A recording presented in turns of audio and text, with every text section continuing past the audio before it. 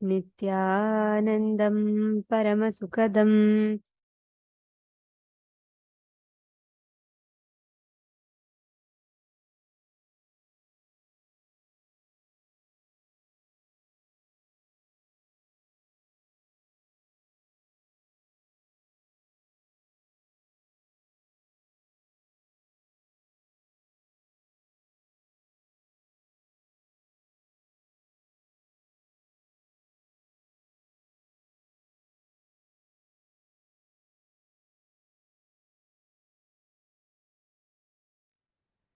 Nithyanandam Paramasukadam Kevalam Jnanamurtim Dvandvatitam Gagana Sadrisham Tattvamasyadilaksham Ekam Nityam Vimalamachalam Sarvadi Sakshi Bhutam Bhavatitam Triguna-rahitam Sadgurum Tam Namami. Nithyanandam, Nithyanandam, everyone. We welcome all of you, all the participants of Paramashivoham for the 15th day of the program. And today, the subject that we're all going to be learning about, what all of us are going to be understanding about, is something very, very special. Today, we are going to be experiencing, learning about how you can be your own boss. The science of manifesting leadership consciousness. How do you manifest leadership consciousness? How do you have command over everything in your life? We are going to be learning about all of that today. Welcome to your 15th day of the program. And today, your whole day is going to be filled with a lot of powerful cognitions and truths, unique truths that Swamiji has revealed, which you can apply in your daily life and immensely benefit from. Do you know all the reality that you have in your life, right? Whether you want to become a teacher, doctor, you want to become a successful entrepreneur, you're just getting started with your startup, any facet of your life that you are in, applying, there's a very powerful science which you can apply to become successful in any field that you want. That science is called the science of being your own boss. And that is what Swamiji is going to be revealing to us, taking all of us through today. We welcome all the participants, Nithyanandam Pavanaya, Nithyanandam Nikhil Thakurji, and Nithyanandam Jui Wong. Very nice to see all of you. Nithyanandam and Chandrasekharaya, Nithyanandam to everyone, Juji Wong, Robert Smith, Nithyanandam, Nithyanandama Hedi Shlak, Manandeshwari, Malyang Shuma, Madonna, Jenny Tran, Nithyanandam, Ma Nitya Prema Tavasi, Ma Madeline Portuguese, Nithyanandam to everyone, every single one that is here with us, joined us here today. Yes, Nithyanandam, Ma Anna Isabel, and Ma Vimala, Ma Sadashivamayi, Ma Mahabhairava Jnana Swarupin. Such a beautiful name you have. Nithyanandam to each and every single one of you that are here sitting with us. I'm so excited to have all of you here and having every one of you to join us for today's special day where we are going to delve deeper into the science of power manifestation, leadership consciousness, ability to be your own boss. Today, the deity, today we are going to be having the darshan of Bhagavān Tripurantaka-murti. And in the temples, we are also going to be having Devi Parashakti worshipped as Rajarajeshwari, the leader of the whole cosmos, pure divine feminine consciousness.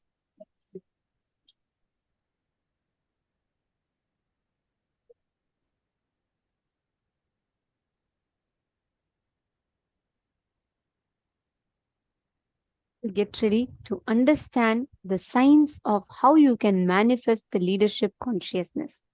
Let us all get ready to learn, to experience this profound science. And The first session that we're all going to be learning about today, the first session that all of us are going to be understanding about today is what is the parallel universe of Kailasa like, the Kailasa Loka. So we will be listening to the revelations on what is Kailasa Loka.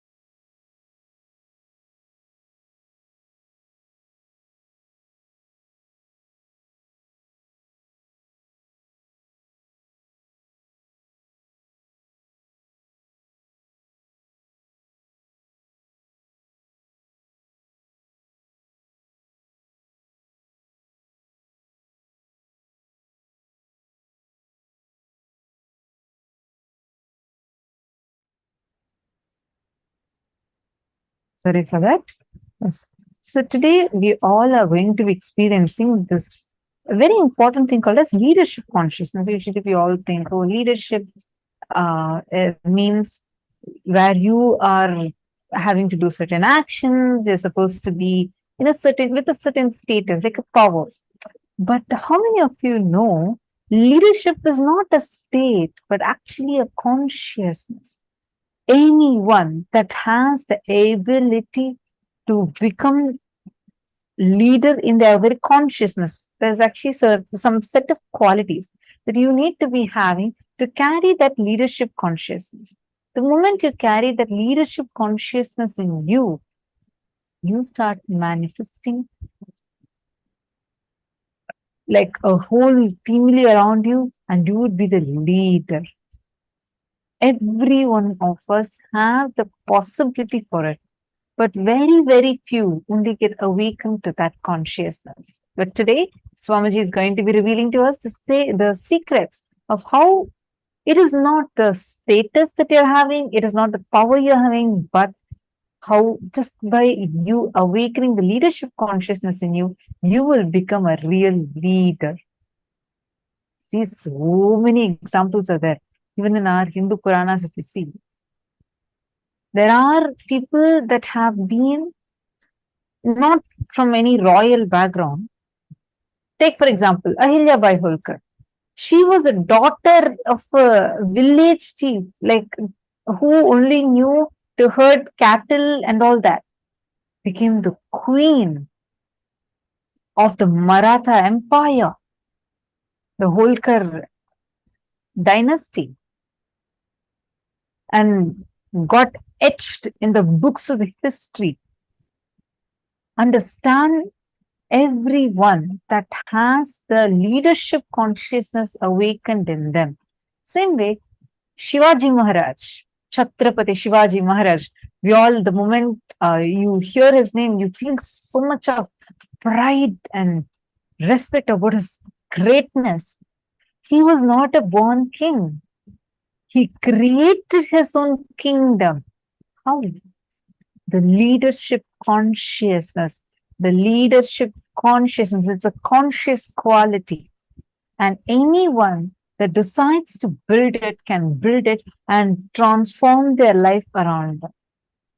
So today, that is exactly what we are going to be learning. So get ready First, we are going to be learning step by step. We are going to be learning that science. We request you all to be active, fully involved in the session. And throughout the day, if you have any questions, like, you're not understanding something, because today the topics we are covering are very important, and it's crucial that we understand the cognitions and we are able to apply that in our lives, because that enables us to experience these most powerful truths about life. Now, the first thing we're going to be learning about, like I said, was about the KAILASA Loka, the parallel universe of KAILASA.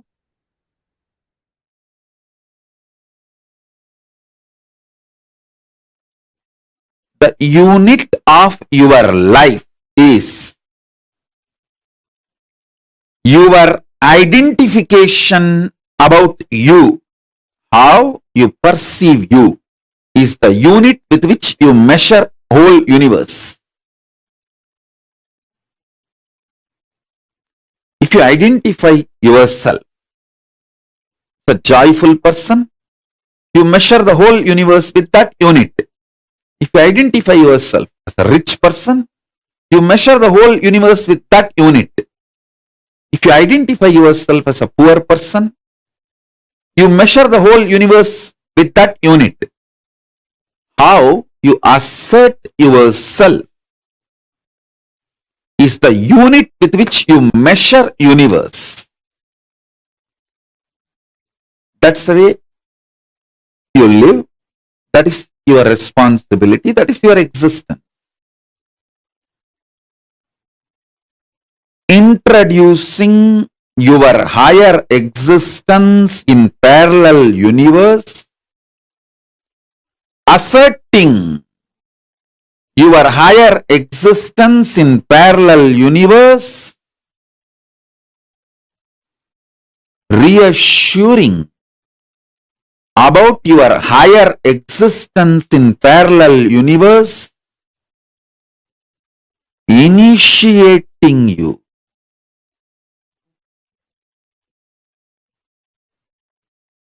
and giving you the experience about your higher existence, making you face yourself in the parallel universe, is my responsibility.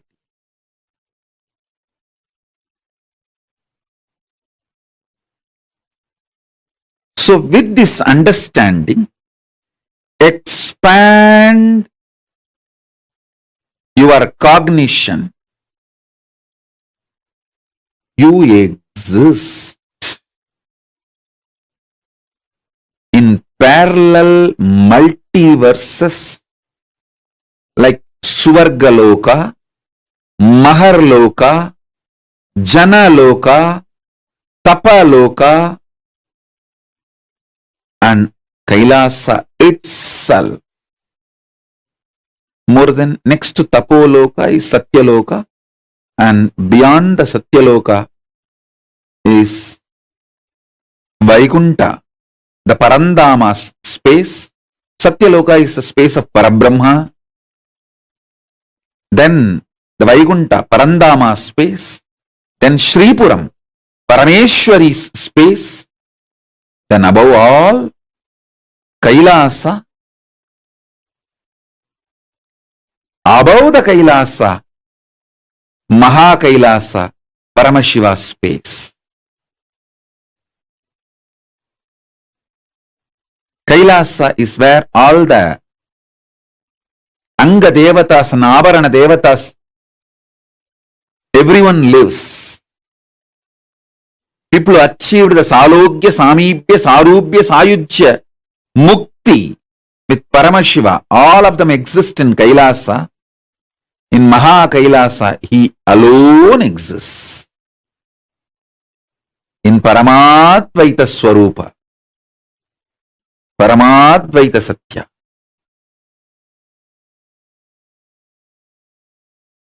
Sometimes people ask me, what's the difference between various states of consciousness and various planes of the universe? Understand? If you go to dream state and come back, what you see in the dream state, what others see in their dream state will not be same. Both of you may be sleeping in the same room.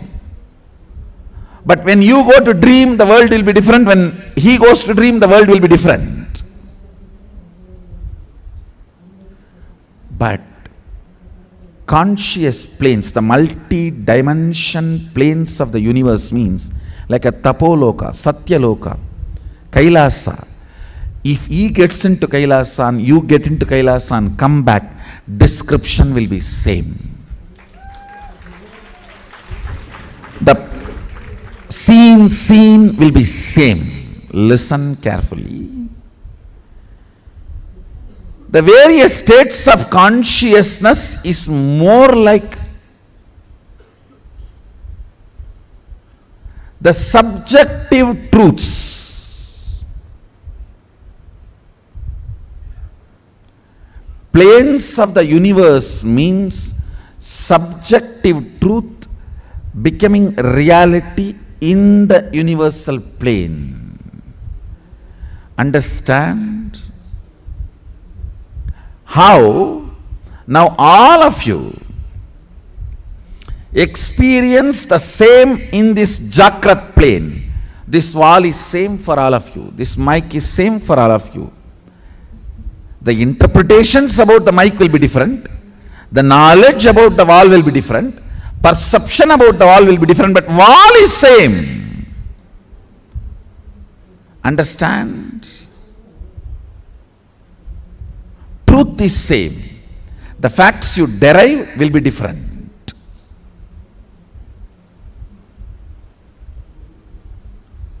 So this is the plane of Bhu.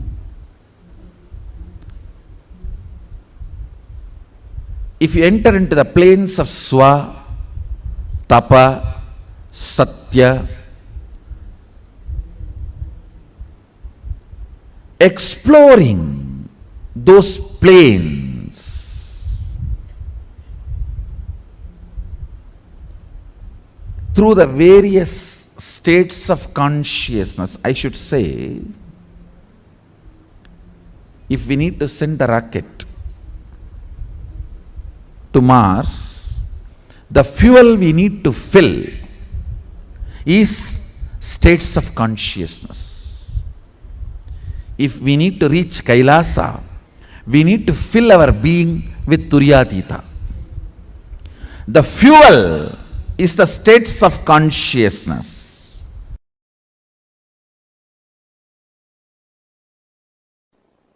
If you think in your life, grabbing, stealing from others is the best strategy for success, your identity in Patala gets strengthened. If you think the win-win is the best strategy in any deal, whether relationship or business, in every deal of your life, you also should win, other person also should win. The win-win is the most successful long-term peaceful right strategy. Then your identity in Swargaloka gets strengthened. If you feel no, giving up, Sarva Parityaga, Tyaga is the best strategy for all the auspiciousness in the life. Tyaga is the best strategy. The greatest powerfulness in the life. Then your identity in Tapoloka gets strengthened. If you feel integrity is the best strategy. Your identity in Satyaloka gets strengthened. If you feel integrity to Guru and the God is the best strategy. As I say,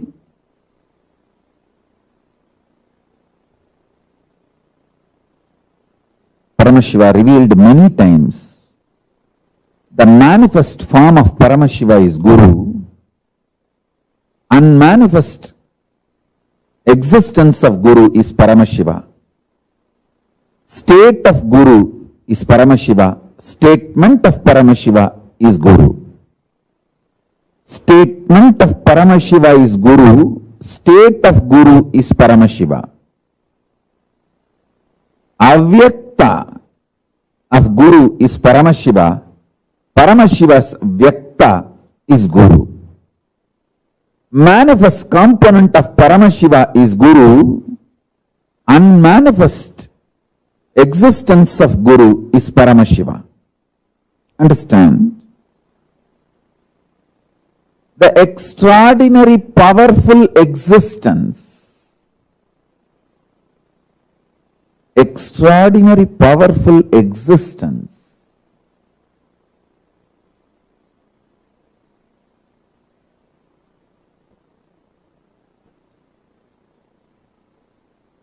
of Paramashiva in his avyakta, unmanifest, remains as Paramashiva. In his manifest, he becomes Guru. Some of the powerful cognitions I repeat, so it enters into your very core cognitions, your very being, your very core. That's the reason I repeat some of the right conclusions, the conscious conclusions you need to arrive. So let me give you the deeper truths now.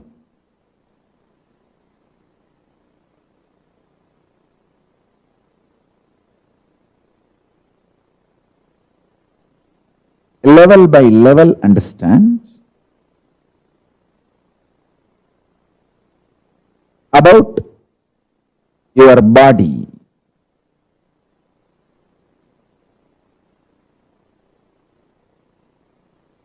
Be very clear. You have 14 bodies you carry. In all these 14 lokas, each loka you have one body, through which you enjoy that loka, you experience that loka.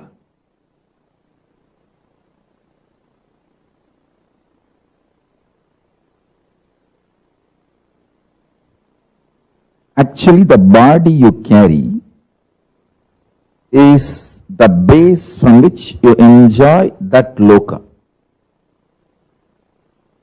So the body you are carrying now in this Bhuloka, where you are sitting and listening to me,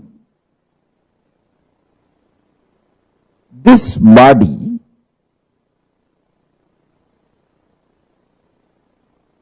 has only one relevance to the body you are carrying in Kailasa or the body you are carrying in Batala, the lowest and highest. The breathing which goes into you and comes out, the prana is same. The prana which goes into your body, in this body you are carrying, goes up to the body you are carrying in Kailasa and goes up to the body you are carrying in Patala. All these 14 bodies are stitched with one sutra, one thread called the prana functioning in you. Understand? These are the most subtle truths. If you start cognizing them, sitting with these powerful conclusions, you will start manifesting powers. Because they are so powerful, they manifest as powers in you. If you understand the breathing you are doing now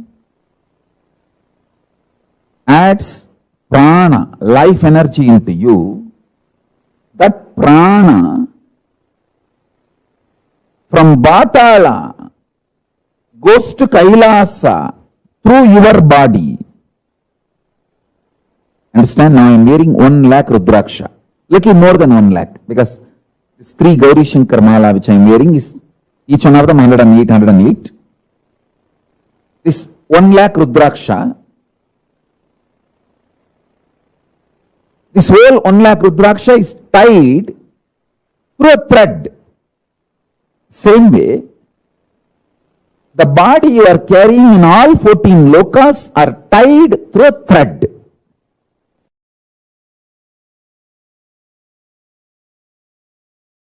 One of the important point is Kailasa does not have a gate. It neither has a gate nor has a door. It is an open, free entry for all. There is no qualification, predetermined condition for Kailasa. Only in Indraloka, Brahmaloka, Vaikuntha and all the qualifications, only Devatas can enter. Like that, many qualifications. But in Kailasa, Bhuta, Preta, Pichacha, all kinds of people are allowed, free. Some Bhutas make even Paramashiva run around. He is such a Bholenatha, he opens himself for all, and this bloody Bhasmasura goes and takes the boon that on whosoever head I put my hand, and they should be burnt to ashes. How can Shiva be burnt to ashes? But this fellow tries to play game with Shiva. Using the same boon he got from Shiva, Paramashiva plays the game just to prove that his boons are real. Just for that, he also runs around and tries to show the drama. Not that he has to save himself from Bhasmasura. How can fire be burnt? But he has to prove that the boon he gave is really, really real. Bhasmasura should feel job satisfaction that he did tapas and he got the boon. So just for that, to keep that principle alive, he also tries to run around, and then Vishnu comes and burns the Bhasmasura. All of you know that remaining story. Even that kind of fools get free entry. That's all I am trying to convey. Understand, one of the greatest blessing I had in my life was, I was literally, really in love with Arunagiri Yogeshwara, my guru, when I was listening to him. When I was listening, I was really in love with him. There was no calculation, maths. All I know is I am blessed even to get this space with him over.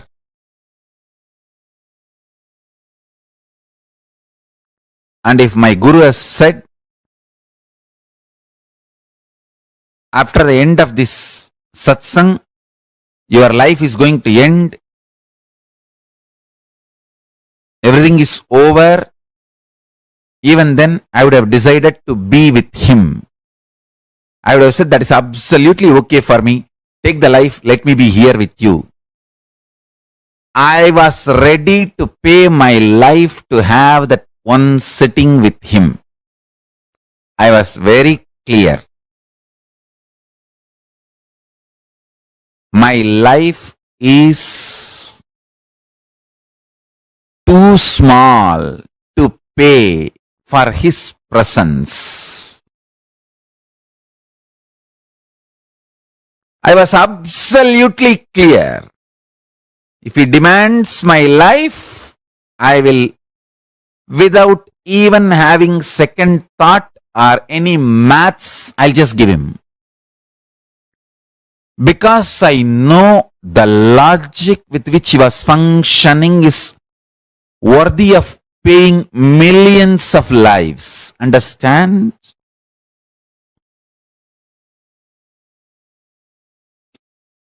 Every penny you acquire, you can enjoy till your this life. Every powerful cognition you acquire, you can enjoy as long as you exist. Accumulation of powerful cognitions is the most important life. purpose, that is the most important life goal. That is the greatest life wealth. Understand? Whenever we are beaten, agitated, flare up, how our energy responds to ourself, world, and cosmos and God. If that is based on powerful cognitions, you are living enlightenment. The logic with which my Guru was functioning was absolutely delicious. It was absolutely ecstatic. I was ready to pay not one, multiple lives to him to receive that. Understand? My simple declaration of my integrity to my Guru, even though he neither demanded anything before the satsang or after the satsang, he just mapped Kailasa into my inner space, lifted me to Kailasa, brought Kailasa to me.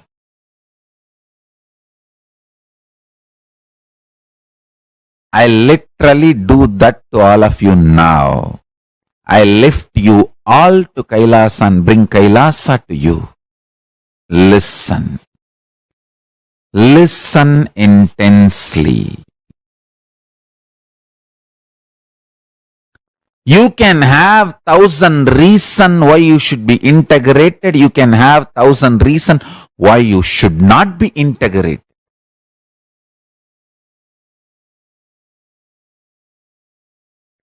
If you decide for integrity, you can lift yourself to Kailasa and bring Kailasa to you. It is all about your simple decision. That's all. Nothing else. Decision. Simple decision.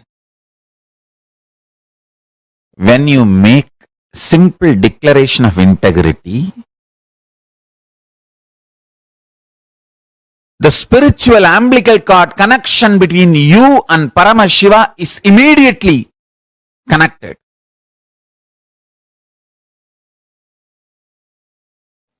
First truth. Tell Paramashiva, I know you are real.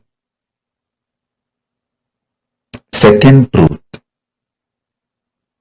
Not only Paramashiva is my first priority, he is the only priority. Third truth. Let my independent intelligence, consciousness, my will to feel good, bad, right, wrong, my individual soul exists only as extension of Paramashiva. Let me think what Paramashiva wants. Let me will what he likes. Let me live as his extension. Whatever is good as per Paramashiva, let that be good in me. Whatever is right as per Paramashiva, let that be right in me.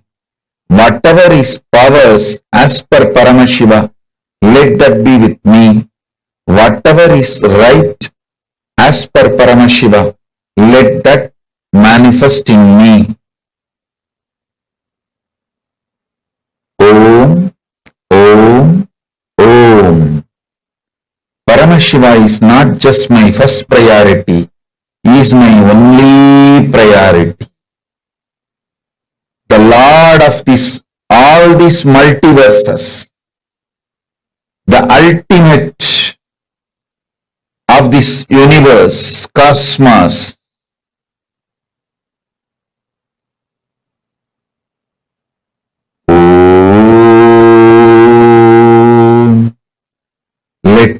Paramashiva's activism manifest in me.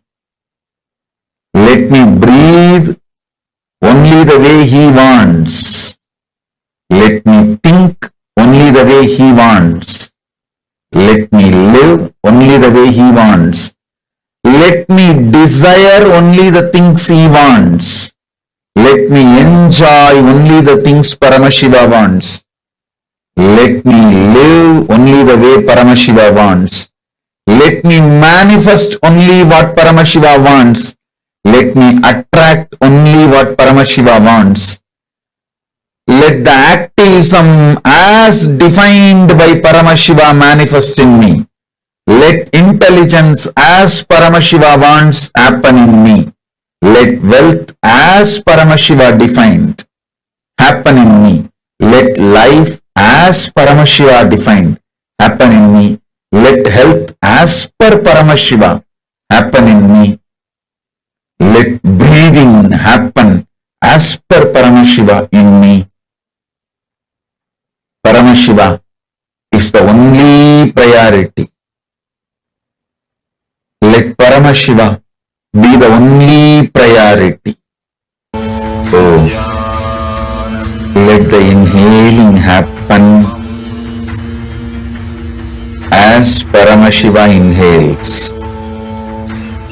Let exhaling happens as Paramashiva exhales. Let my heart beat as Paramashiva's heart beats. Let my stomach digest as Paramashiva digests. Let my brain flow, visualize as Paramashiva visualizes. Let my will cognize as Paramashiva cognizes. Let my existence manifest as Paramashiva manifests. Let Paramashiva's existence be my existence.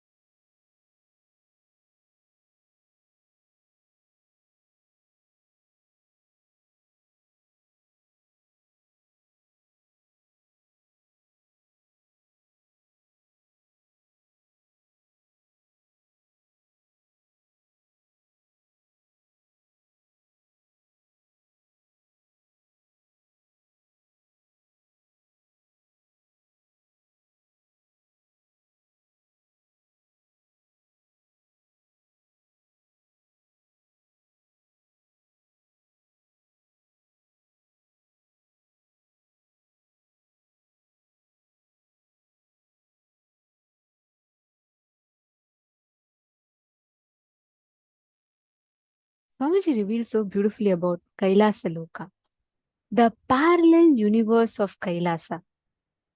One important thing, right, is like what Swamiji revealed. Every parallel universe has a certain thought current based on which it is accessible or available. Like, for example, if you constantly believe that your best strategy for life is always to have like win over people, like you feel whatever way I might use, but if I have to win over people, whatever cost it is, I will do it. Then you are your identity in the lower lokas, which is Tala, Vitala, Sutala, Talatala, Rasatala, Mahatala, Patala. There are 7 lower lokas. And even in them, certain deep rooted violent cognitions, like if, let's say, someone is committing acts such as murder, someone is doing theft, robbery, all of them naturally start strengthening their existence in these lower lokas. Now, let's say someone believes that whatever happens in life, the best strategy for me to apply is always to do tapas. I need to do tapas. Without tapas, I can't gain anything. And they start naturally empowering their existence in the higher lokas, the tapoloka. Now, every one of you that are here, Kailasa, you know why we're all learning about Kailasa today? This is very, very special because this Kailasa Loka, the parallel universe called Kailasa, literally becomes accessible to all of us just by the power of feeling connection. The moment you decide to experience that feeling connection, the moment you decide to experience that space of Guru Bhakti, feeling connection, automatically Kailasa opens up for you. That is what is the speciality of Kailasa. And Tripurantaka Murti, the leadership dimension, the inner strength in an individual opens up through Kailasa. So it is very important that we understand about this parallel universe and learn about them. Yes. Now, can I request each of you to post your understanding from the session? What have you understood from the session? Can I please request each of you to post?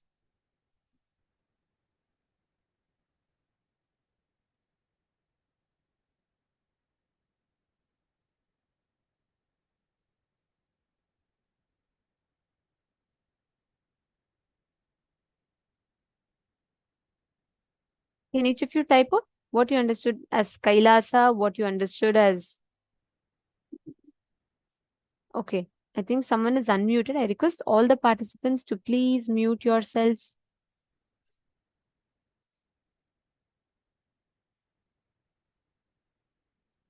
Yes. Okay. Now, also one more thing. Ma Mallika P and Ma Nataraja Priya. Ma Nataraja Priya, Ma Ananda Mahapurana, and Ma I see many of you are sitting here sincerely. I want to request all of you to proactively participate in the session. Whatever you are understanding, please keep posting that in the chat. Ma Mallika, which place are you from, Ma? Actually, I've been noticing you. You're sincerely sitting and listening to the sessions. Could you please post in the chat which place you're from? And Ma Carmen, where is Ma Paramashiva Shaktini? Yes. And Ma Jin Yu Shen. Ma Jin Yu Shen. Ma Su Ying Zhang. And Ma Karine. And Ma Jenny Tran. Okay, very nice to see all of you sitting. Now, each of you, please understand, the moment you open up the parallel universe called Kailasa, the moment you start connecting to that dimension, you will start experiencing the space of oneness, Paramashiva Shaktis manifesting in you. Okay. Now, we're going to be understanding what Swamiji revealed.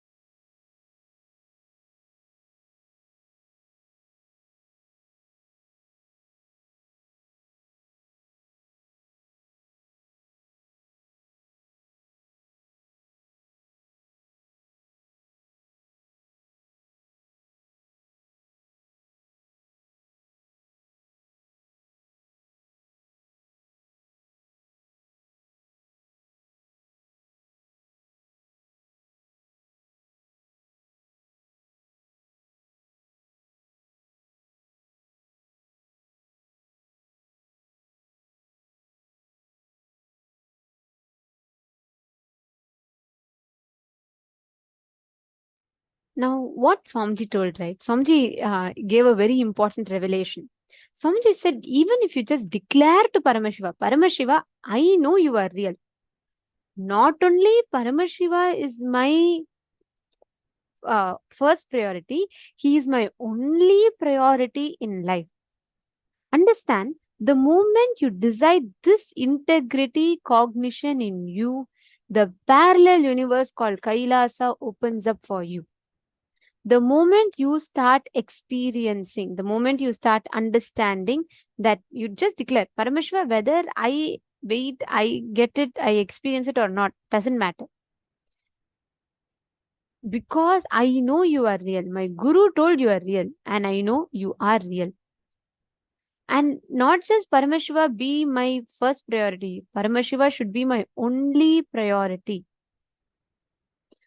And with that declaration, when you just sit and experience, the integrity is strongly awakened in you.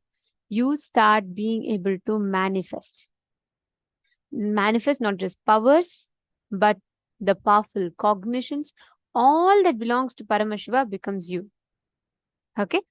Now, we will be entering into a very short and a very powerful process.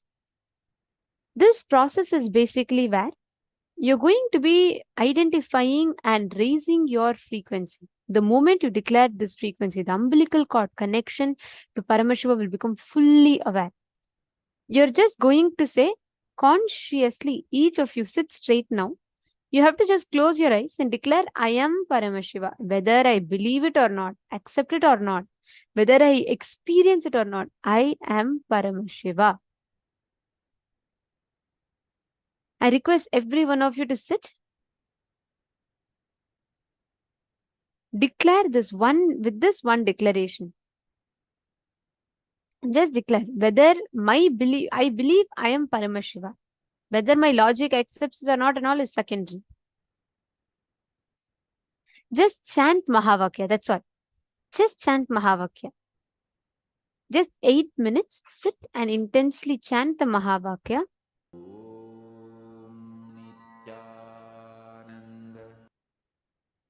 You will see how the whole experience starts manifesting in you. Sit for a few minutes, chant the Mahavakya.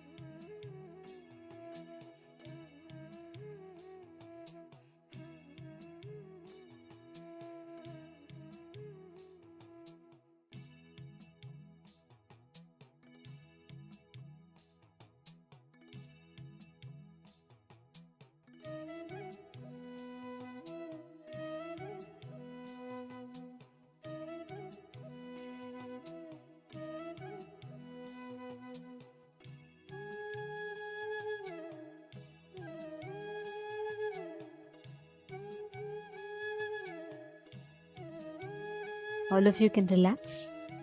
Understand the space of Kailasa, the experience of Kailasa that all of us experience, right? Now, understand when you just close your eyes and meditate on the existence of Paramashiva and Kailasa, you start manifesting that experience. Just by you meditating upon the Kailasa's existence, by you understanding, by you experiencing that, is itself powerful enough to give you the breakthrough. Now, next session, we are going to be understanding one of the most important aspects. We are going to be learning about what is the science of power manifestation. How does power manifestation work? What is the science of it? Why should someone manifest powers? Why? How is it relevant to our lives? We're going to be learning all of this in the next session. I request everyone of you listen very carefully. You connecting to the parallel universe called Kailasa happens when you connect to Paramashivam, when you just let that energy manifest through you. Every time you need to connect and gain that experience, remember this one thing. Remember that Paramashiva continuously is available to all of us through Kailasa, and just by feeling connection with Swamiji, you can manifest that space and state. Now, let us enter into the next session where we will be understanding about what is power manifestation and the science of power manifestation. We will now be listening to these revelations. Do not miss, it's a very important session.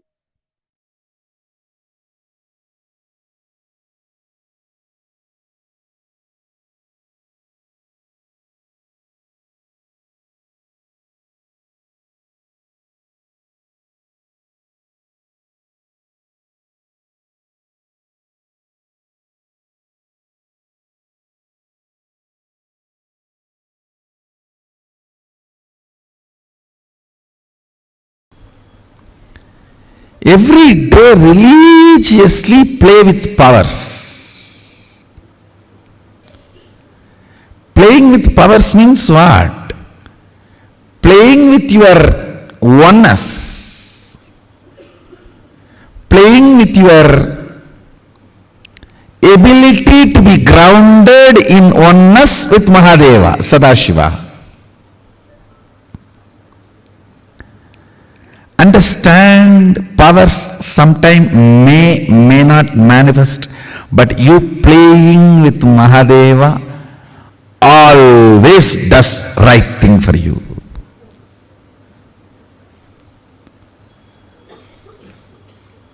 That's the best thing for you. Sometimes the food you ate will be digested, sometimes may not be digested. That does not mean you will stop eating.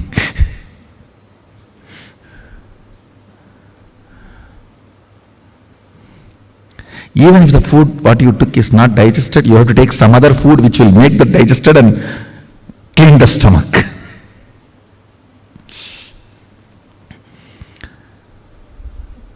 Some people ask me, what is the solution for power not manifesting? Solution for power not manifesting is power manifestation. That's all.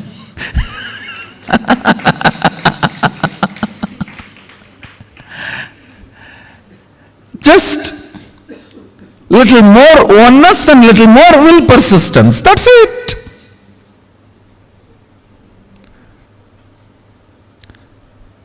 Power manifestation will automatically make you integrated. Man with $1 billion will not lose his integrity for a penny on the street. Law of life. Understand? Law of life.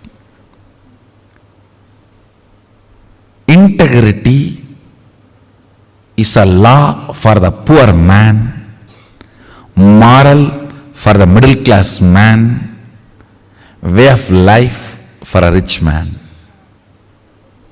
I am not talking just in ordinary money sense. I am talking from the sense of powerfulness. Integrity is the law. be enforced on a powerless poor man. It's a moral to be taught for a middle class man who faces ups and downs. It's a royal way of life. Raja Vidya for powerful being. So all your energy, your effort, your will, persistence should go on power manifestation. So naturally, your idea about you will be raised. Understand? You just need to feel all the time you are Harry Potter. Means we can create a new word, Hara Potter.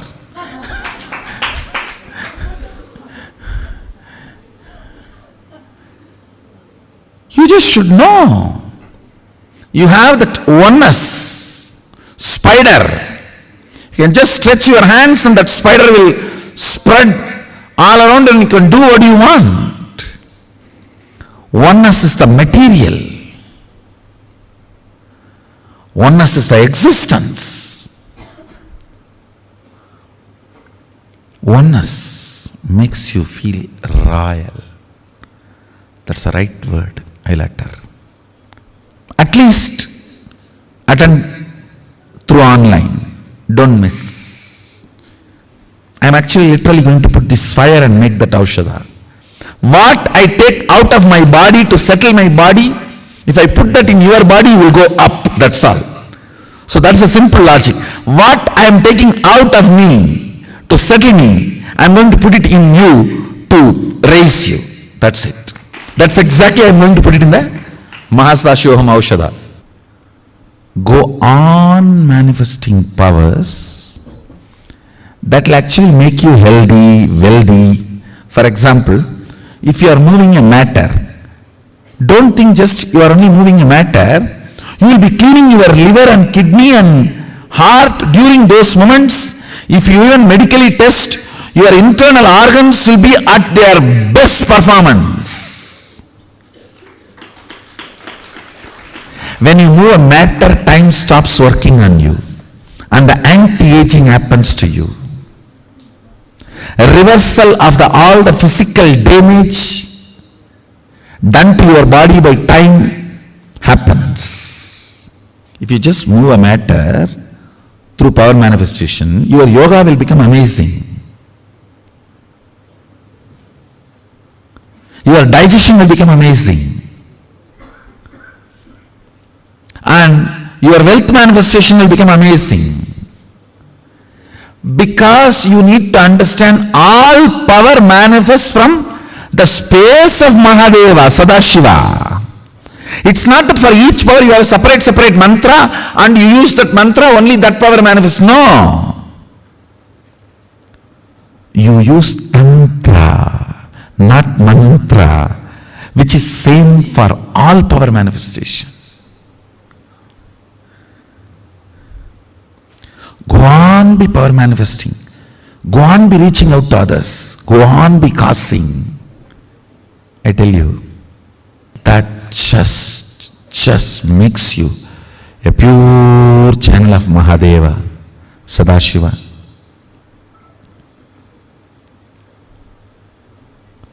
That makes you a pure channel of Sadashiva.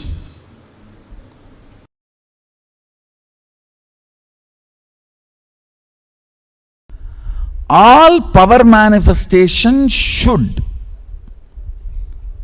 align to manifest what you want as reality. Understand? Whatever you want in your life, you should be able to manifest. That is what is the purpose of power manifestation. Otherwise, just having some vibhuti appearing, kumkum appearing, and some pearls appearing, gems appearing, materialization. I don't think that is the goal. What will you do even having that? That is only an encouraging step. That is not the ultimate goal. And I do feel there are some non-integrity issues.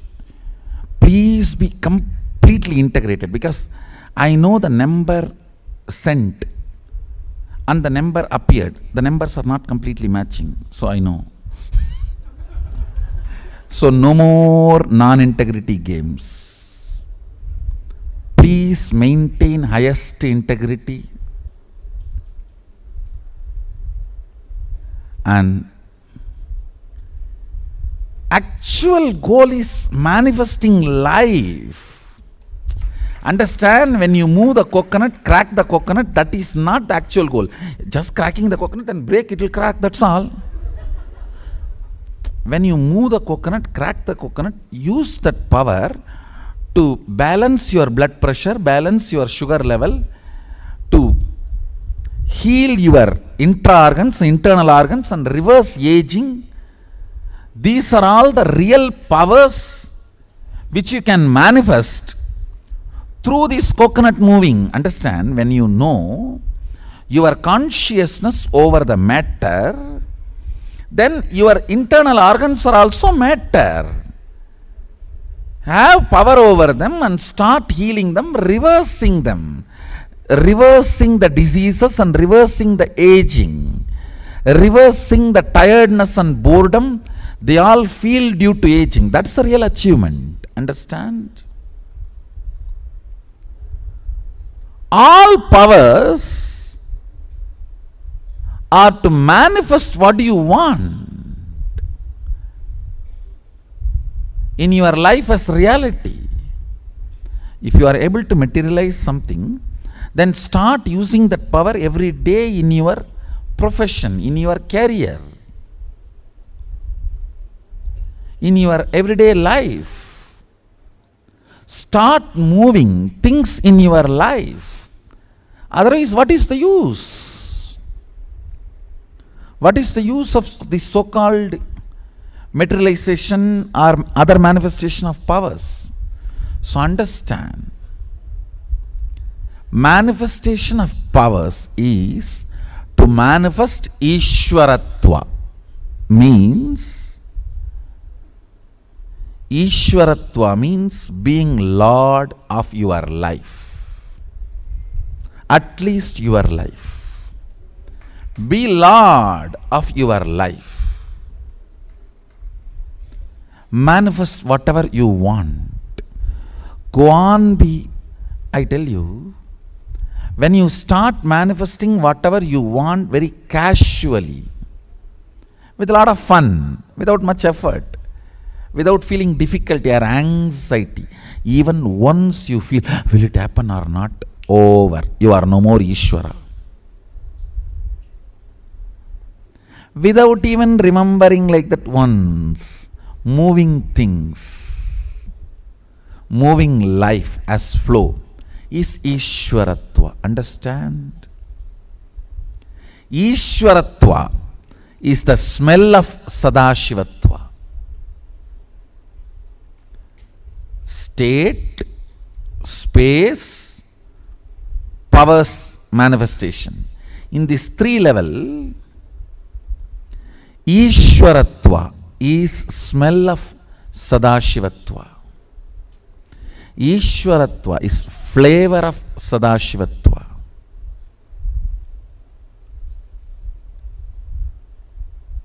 So understand, first thing I want to tell you, no non-integrity business in any power manifestation. Absolute integrity. Whether it is third eye or remote scanning or body vision, any power manifestation, materialization or teleportation, anything, absolute integrity. If you have doubt, be very clear. I am not clear. I think I have a doubt. Let's stop with it. All of you are clear? Absolute integrity. Do not try to bring any name or fame by non-integrity. I do not want. I am very clear. Let integrity be our life breath. I tell you, Just the other day I was telling, Tirupati. Tirumala means Venkateshwara. So if you go there, you know you will have darshan of Venkateshwara. You may have to stand in queue. You may have to wait for 1 or 2 days. All that is different. You know you will have darshan of Venkateshwara. You cannot blame, oh, I did not see Ganesha, I did not see Jesus, I did not see this, I did not see that. Oh, they told me all gods are one and the same, but I went there, I saw only Venkateshwara. Be very clear. All of us know, if you go to Tirupati, Tirumala, you will see Venkateshwara. If you want to see Venkateshwara, go to Tirumala. If you don't want to see, don't go. That's all. But just because you want to see Ganesha, or you want to see Jesus, or you want to see some other god, that cannot be changed. Integrity of Tirumala is Venkateshwara. Over. Same way, integrity of our Sangha is integrity.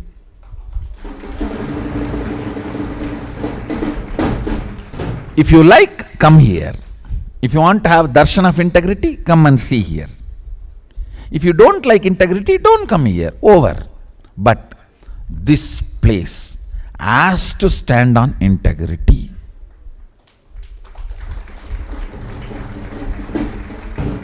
If we have not aligned ourselves to integrity in some corners, some places, there's blind spots. That cannot be the reason to lose integrity in other places. No. The blind spot need to be cleared. Not that you will use that as a reason to build more blind spots or more non-integrity. No. Flag will fly high.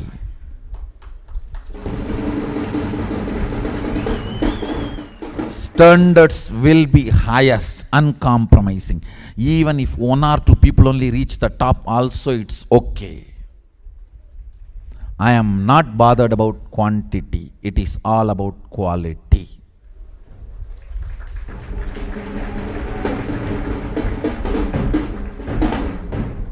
Understand, feel blessed. You have a guru who is uncompromising on integrity.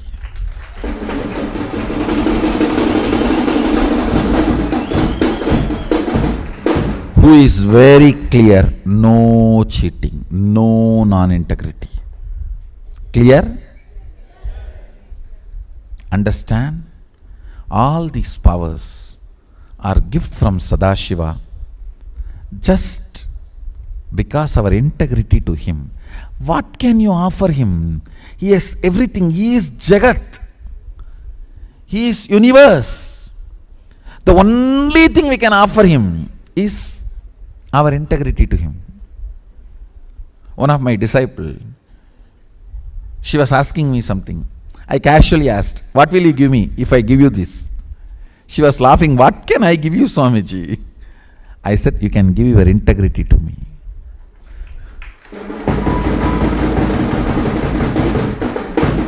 That is the only thing disciple has to give it to master. Understand? That is the only thing I felt I can give it to Arunagiri Yogeshwara. When I was in love with him, I said, oh God, why are you so sweet? What can I do? Finally, I melted into only one thing. I should be integrated to him. That's all.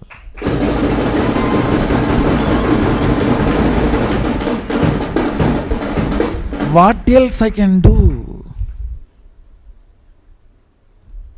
And throughout my life, I know for sure I am integrated to him. More and more the words he gave me, I remember, more and more I integrate myself to it. If I remember today something he told me, it will not take more than 24 hours for me to integrate myself to that. Then, next day he reminds something else. Understand, everything is pure gift from Sadashiva because we are integrated to him. And this moment If Mahakala appears, I can tell him, "Oh Prabhu, I was integrated to you with all the knowledge, energy, intelligence, powers you gave me. Come on, I am ready to be inside you. Take me, I am ready. My accounts is clean." Understand? Being in that space is what I call integrity to Sadashiva. Keep your accounts clean. Whatever he gave, knowledge, intelligence, powers, understanding, body, mind, relationships, everything, align it to integrity to him. Over. Understand? We have nothing to give him other than our integrity. What else we can give him? You can pour water to clean the deity. You can pour milk to clean the deity. But he is not going to drink it. It is going to come back and you are going to drink it. It's going to come back as prasadam and you are going to drink it. What is the only one thing you can give him? Your integrity to him. When I fell in love with him, that's what I decided. Mahadeva, I'll be integrated to you forever.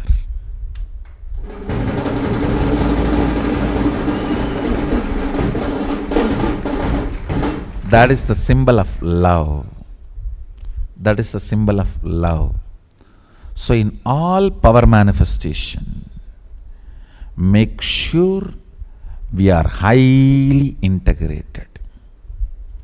We are highly integrated. Not for anybody else, but for Mahadeva, but for Sadashiva, but for Mahakala. Understand? When you are completely integrated to him, the confidence he showers on you is the best power you can have. The confidence, the feeling empowered. I tell you, even if an ordinary person loves you, how much you are empowered, feeling empowered. If Sadashiva loves you, what will happen?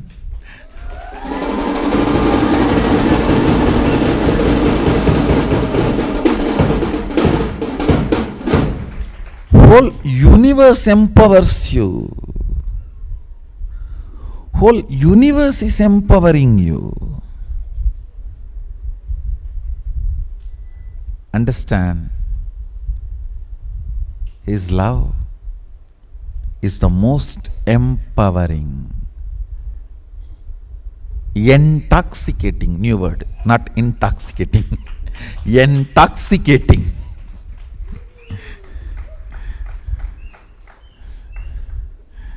It is not intoxicating. It's neither intoxicating. It is not at all toxic. It's actually detoxifying, detoxicating and intoxicating. Love, feeling empowered by him. I tell you, when you are empowered by him, the only thing you can do is, Prabhu, let me be integrated to you. That's all. Prabhu, let me be integrated to you. That's all.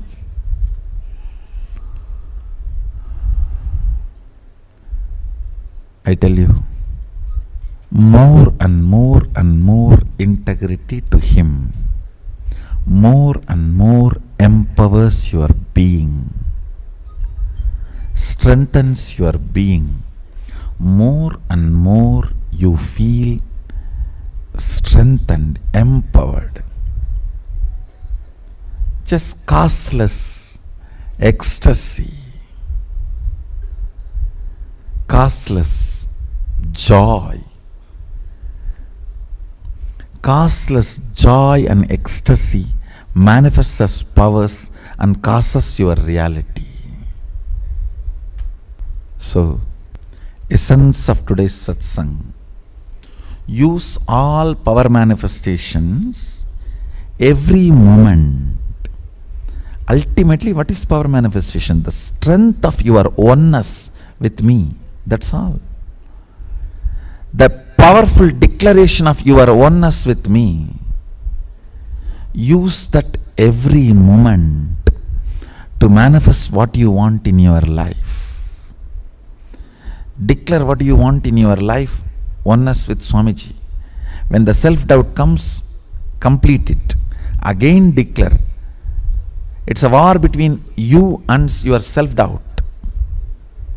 Till the self-doubt becomes powerless, go on declaring. That is what I call manifesting.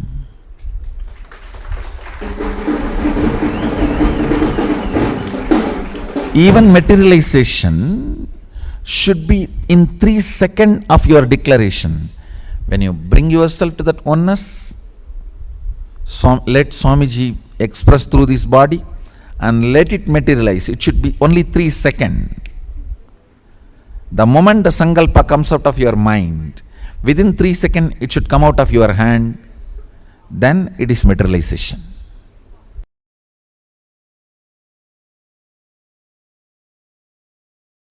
I am receiving messages. I am having initiation, Swamiji. I am manifesting power. Sometimes it is clicking, sometimes it is not clicking. It means you are still in the mood of dating, not in the mood of permanent, settled, long-term relationship. Still you are in the mood of, let me see how works. No. Sadashiva is not available for dating. He is available only for a permanent, eternal relationship.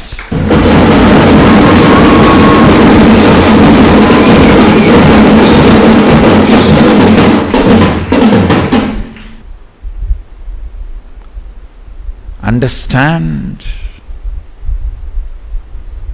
this is the country of integrity and stability.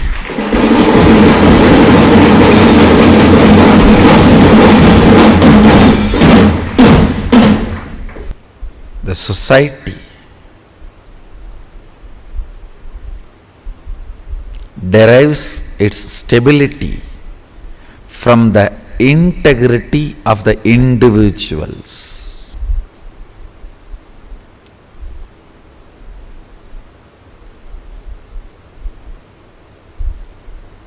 Understand, bring responsibility in your enriching and causing. You will see the intensity in your power manifestation.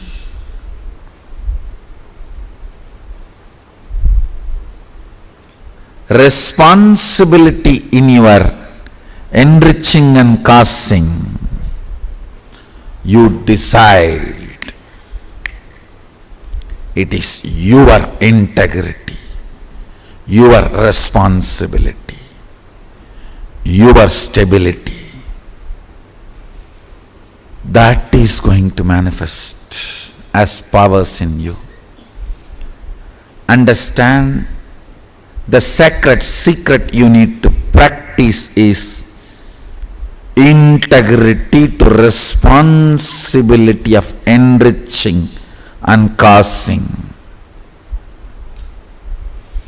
If you feel you want to manifest this power more strongly, become a committed causer. Sambhavana is Kailash currency. It is a pride you receive. Nothing wrong in it. It is not currency, it is Kailash currency. So develop a responsible, enriching and causing thought current intensely. You will intensely manifest all these great powers of length, body scanning and healing. This will manifest so intensely. You will be able to do all this remotely. You will be able to perform spiritual surgeries remotely. You will melt tumors, break kidney stones, melt the fat. You will perform even beauty surgeries just through the third eye. Just through the third eye. Understand? You can alter the DNAs just through the third eye. You will manifest intense powers of logic. Again, I want to remind you, it is your intense responsibility to enrich and cause. It is your intense commitment to enrich and cause opens your being to Mahasadashiva. Understand, Kailash currency is spiritual power. Along with Kailash currency, you receive spiritual powers. Manifest intense enriching and causing. You will manifest powers. Let's continue. Enriching and causing. You will manifest powers and Kailash currency. With this,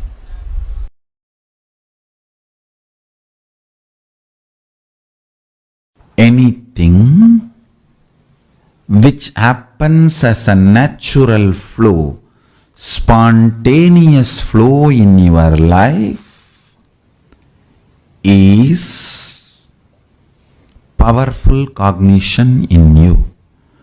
Powerful cognition never struggles. That is the law of life. If there is a struggle, some part of you is not having powerful cognition. Whether you want to manifest wealth, health, life, beautiful relationships, enlightenment, joy, anything you want. If you manifest powerful cognitions,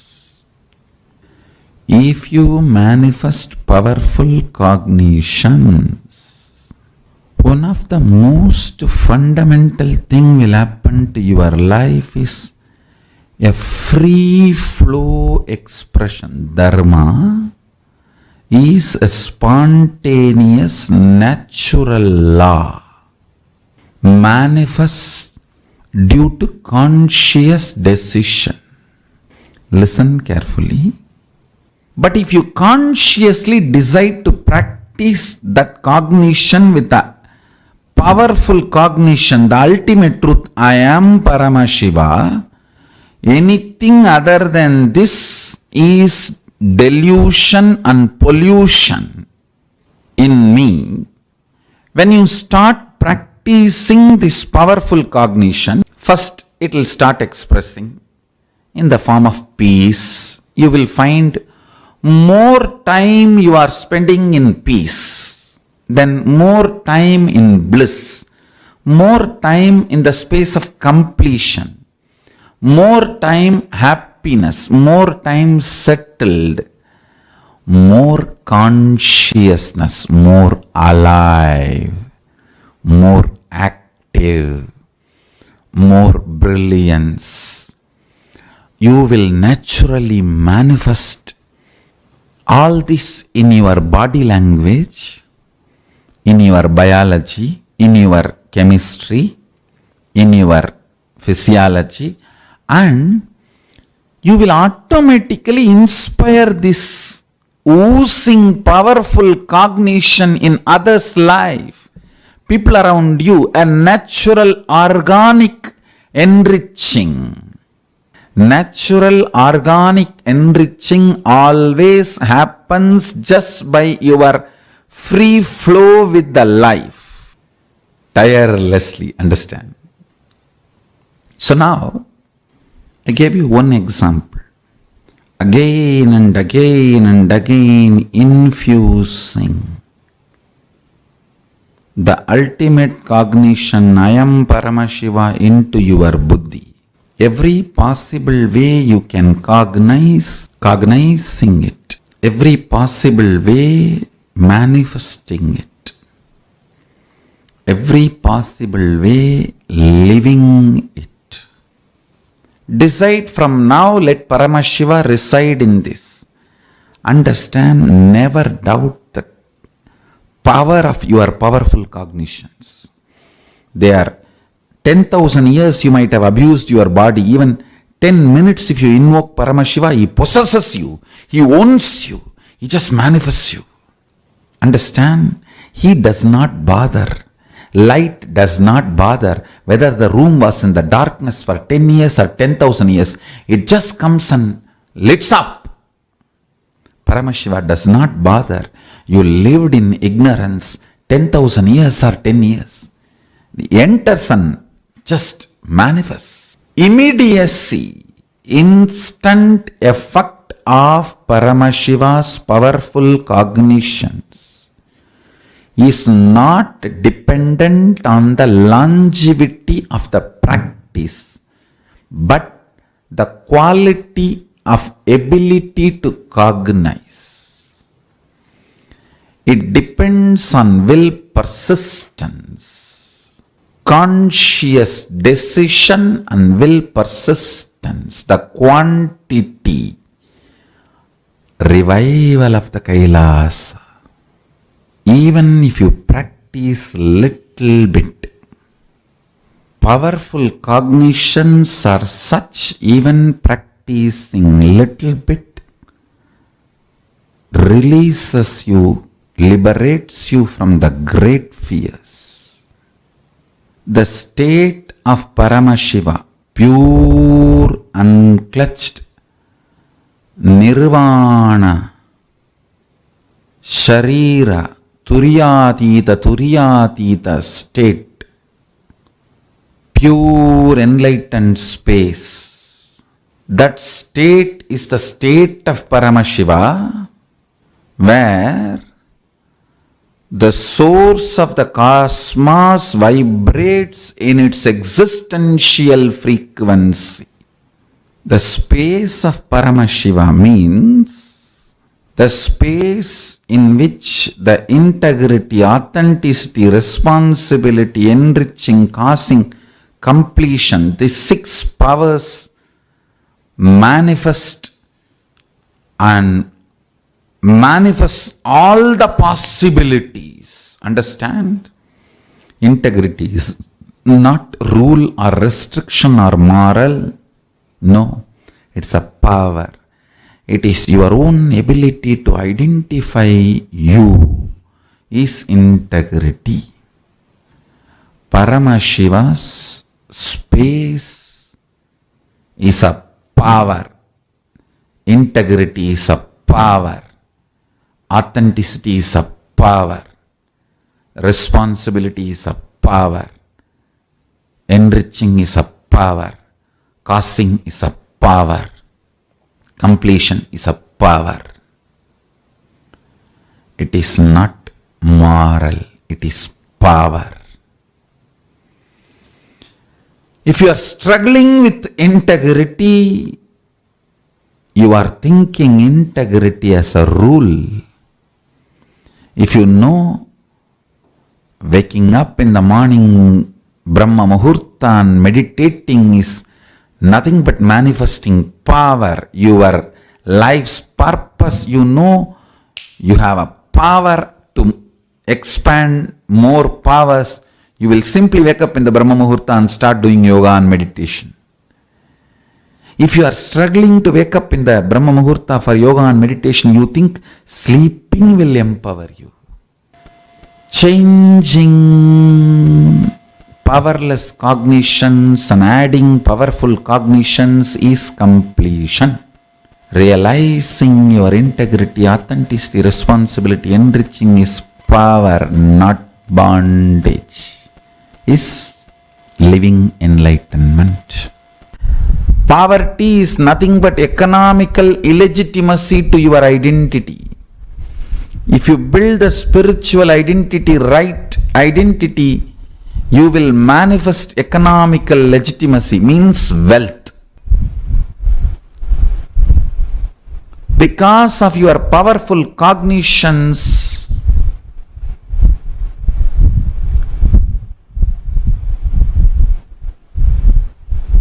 the way you carry yourself is accepted by everyone. The way you live becomes a culture, is cultural legitimacy for you. Bring powerful cognitions in your life, through that bring spiritual legitimacy to your existence, to your identity. With that strength, bring social, cultural, economic legitimacy to your existence. Naturally, you will be able to manifest anything you want. Understand? This whole science, manifesting the state, manifesting the space, manifesting the powers, manifesting the being, manifesting the superconsciousness of Paramashiva. Listen. If you bring spiritual, social, cultural legitimacy to you, you will understand this science of living enlightenment is the complete solution for all the problems individual or society or modern day humanity is facing. Then you will understand all the problems of the modern day humanity. Sanatana Hindu Dharma is solution. Whether the terrorism or climate change,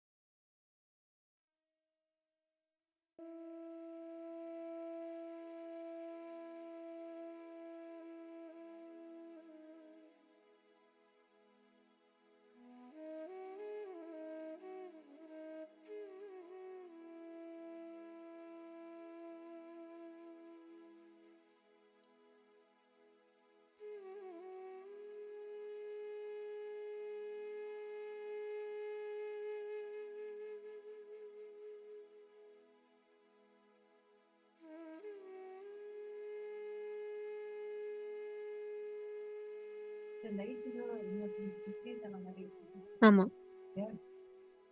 ரொம்ப தலைவலிக்கு. ரொம்ப ரொம்ப பிரைட்டா இருக்கு. என் கண்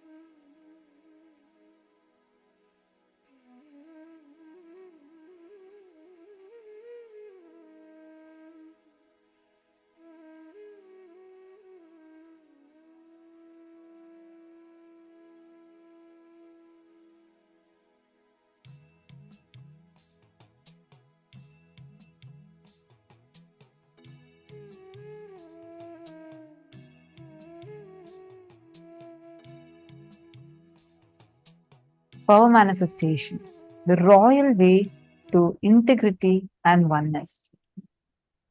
Now we all the initiated disciples of Swamiji have people from almost all the time zones. I think all the time zones literally we have people who are here and as the part of the Hindu diaspora and who come here, attend the programs and get initiated into the science of power manifestation. We all understand it only to one level, but what power manifestation is doing to your being, what an amazing thing it's doing to you, we ourselves don't even realize. Power manifestation and powerful cognition manifestation makes you integrate. It makes you manifest Ishwaratva. Ishwaratva means being a lord of your life. That's why Swamiji said, every day religiously play with the powers. Playing with power manifestation means what? Playing with your oneness, your ability to be grounded in oneness with Paramashivam. So now, all of us are going to be taking a few minutes and identifying the areas where we feel integrity, authenticity, responsibility, and enriching as a binding moral, like a rule that is suffocating. Where all do you feel, oh, I have to be in integrity with yoga. Every day I got to wake up. It's a binding fact. Who all feel like this about integrity, authenticity, responsibility, and enriching. Like, oh, enriching makes me almost go beyond my comfort zone. This is not what I want. Something like this, which makes you feel in the areas of integrity, authenticity, responsibility, and enriching, the four tattvas, literally the four pillars on which we stand. How many of you feel that this is a binding moral, like a rule that is suffocating? Take a few minutes and please start penning them down. I hope all of you understood this step. Even if you feel sometimes was so narrow, please pen them down.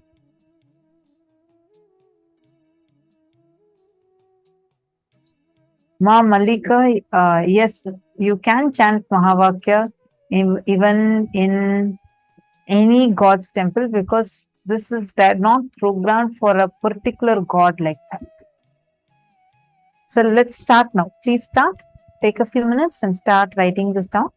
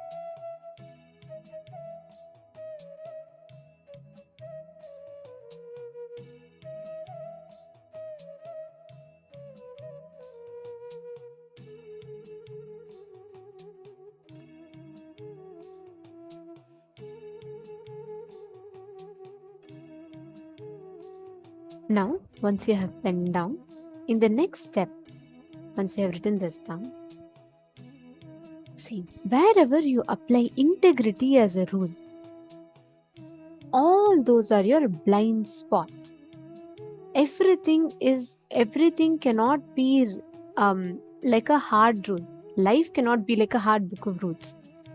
It is to be operated with extreme intelligence and extreme awareness. You cannot say, oh, this is not in the book of rules, and so I can't do it like that. Life doesn't go with that. It is not okay, it's black and white, just put this is the rule, give me the rules, I'll just follow it. No, then you will become like a machine. We all have something called independent conscious will. The whole game is about how you are accessing, how you are experiencing this independent conscious will within you. Are you all catching it? This is one thing if you understand. This one thing if you catch. The perspective from which you look at life will completely change. The perspective from which you understand life, it cannot be everywhere where you think integrity is a hard rule. Like for example, morning yoga. Swamiji tells, okay, be integrated to everyday morning yoga. But if you think that as, oh God, every morning I have to wake up, it is too much, it is a rule, because it's a rule I have to go, then you are only the loser. Understand every moment, any crisis or situation, you cannot ever have a rule to solve it. It only happens out of intelligence. There's a big difference between rules and intelligence. Nithyanandam, sorry, I'm seeing that many participants tend to get unmuted. I apologize to all. I'm seeing the male body's room have had some inconvenience because of that. Yes, it's fixed now, so you'll not have that issue.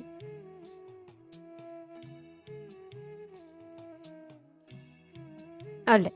So now, all the places where you experience this, they are called your blind spots. Means where you are not aware of a particular pattern. Now, I request every one of you to go back and analyze your blind spots. Integrity is power. Authenticity is power. Now, in each areas where you wrote down, write down the powerful cognitions. In each of those places, what is the exact powerful cognition you're going to apply?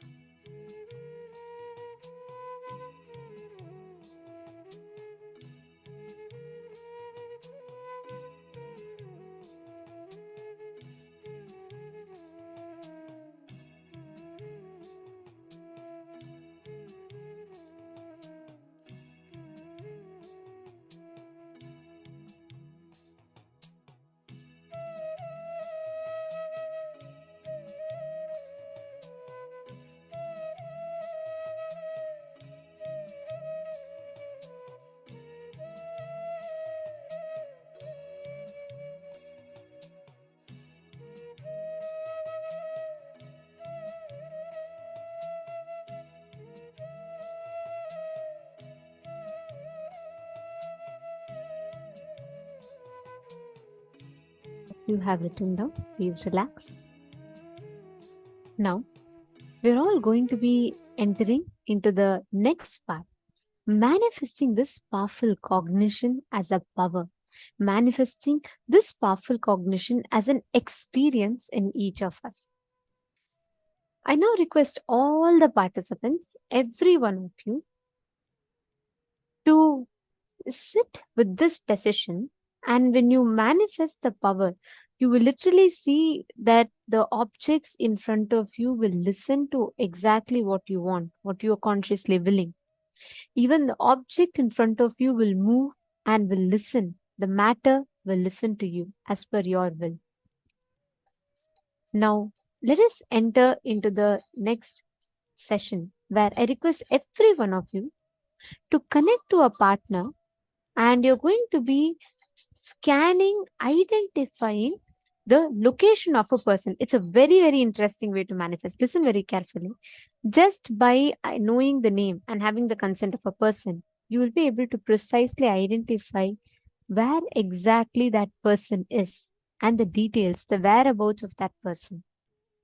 So I request each of you to connect to a partner, and please start. Paramashivoham. Om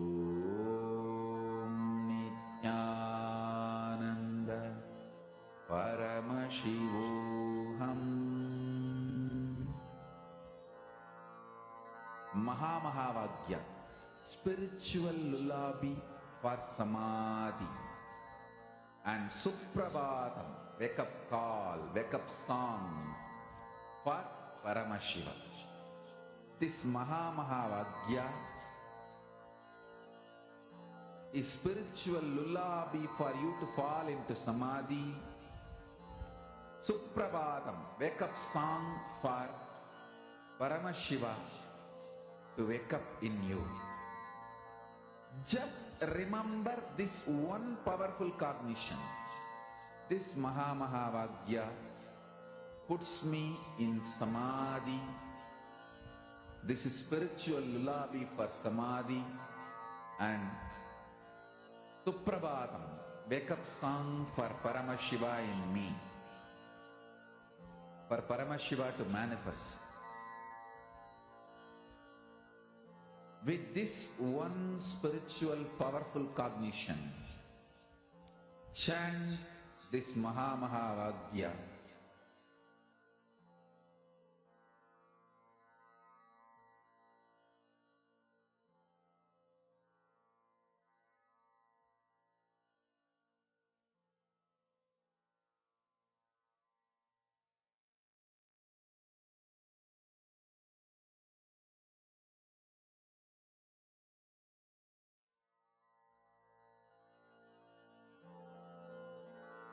Mahamahāvāgya, spiritual lullaby for samadhi, and Suprabhatam, wake up call, wake up song for Paramashiva, for Paramashiva to manifest. With this one spiritual powerful cognition, chant this Mahamahāvāgya. Om Nithyananda Paramashivoham. Om Nithyananda. I request each of you to please connect with a partner. You should see this in power. You will actually be able to precisely scan and identify where a person is right now. Let's say, for example, you are connecting to a partner, and your partner has someone who is in their friend who is in LA. You can actually scan and see if they're driving their car right now, what color dress they are wearing, what color where are they, like, are they sitting on the car, are they driving, are they having phone on their hand? Like, literally you will be able to scan exactly locating a person. Can I please request every one of you to connect to a partner? Ma Mahajala Shaktika and Ma Nitya Guru Prasadini, Ma Nitya Guru Prasadini, and Ma Suzanne, Ma Virupaksha. See, you're saying, Ma Virupaksha, you're saying you don't feel enriching and causing is suffocating. It's not just that, Ma. So the context is not that whether, do we enjoy it or not? But understand this, whenever you enrich or when you follow these tattvas, do you make that as a suffocation inside of you? What does that mean? Are you following it as a rule, hard set rule, or are you following it with inspiration? Okay, Ma Mary Claire, Ma Sonia Rao has partnered up. Ma Mahabhairava Jnana. See, it is not scanning the house. Ma Sonia Rao, Ma Mahabhairava Jnana. All of you listen very carefully. It is not scanning the house. Listen, there's a big difference. I request all of your kind listening. If you're all listening, please put yes in the chat. Listen, you are not going to scan the house of your partner. Listen, for example, let's say Ma Sonia Rao. Let's say you're scanning me. Okay, or let's say you're scanning Ma Vimala. You're going to connect to Ma Vimala and you're going to ask her, let's say, for example, she's going to give you her friend's name. Okay, and then she'll say, can you scan where exactly this person is? Of course, make sure you get the consent of the person. You will be able to clearly see where is that person. Is she driving right now? Or what is the color of dress she is wearing? What exactly she is doing right now? You're going to be able to scan those details. Are you all understanding? You're not going to do house remote scanning. Means you're not going to scan the house. Ma Mahabhairava, you're catching it? You're going to be scanning the location of that person. Means what exactly they're doing right now at this moment. Ma Sonia Rao, see, if you see them, you'll know that they're in the house. You're going to scan their friend. Like, for example, you're going to scan someone that one of their friend or someone, let's say like they have a brother who in the house who's sitting and studying in the study room. You're going to be able to scan and describe that person. Are you all catching it? Okay. Can I request every one of you to please connect to a partner? Please connect to your partner and ask your partner to give you a friend. So it's not your partner itself you're going to scan.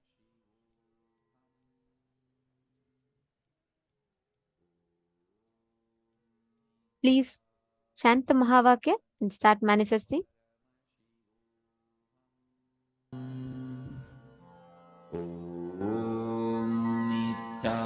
Nithyananda Paramashivoham Nithyananda Paramashivoham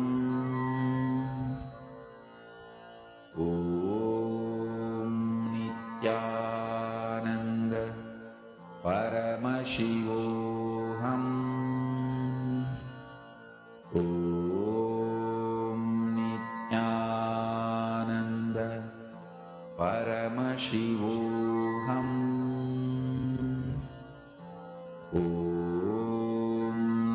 Nithyananda Paramashivoham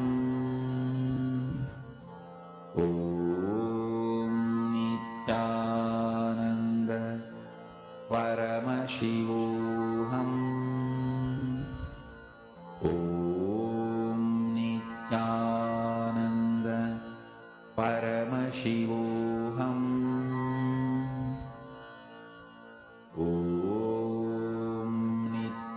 Nithyananda Paramashivoham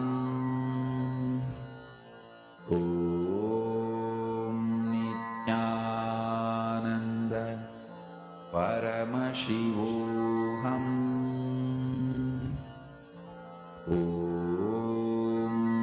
Nithyananda Paramashivoham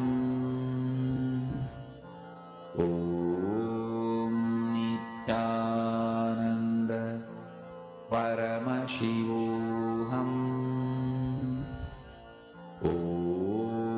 Nithyananda Paramashivoham